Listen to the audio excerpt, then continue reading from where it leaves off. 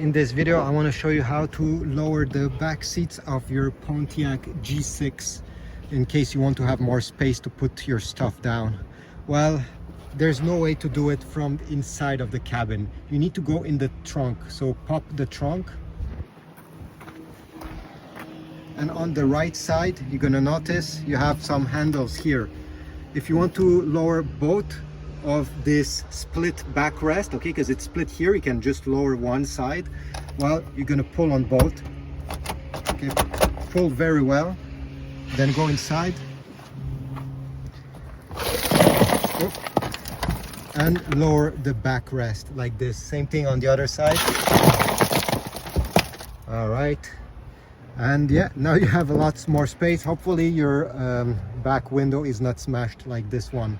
To put them back, you just have to bring the backrest up until it clicks in place. Okay, make sure it clicks. Try to wiggle to see that it does not fall down, because this could be very dangerous if you're in an accident. But overall, this is it. You just need to go in the trunk and you're good to go. Thanks for watching. Please leave a like, subscribe, and I'll see you in the next video.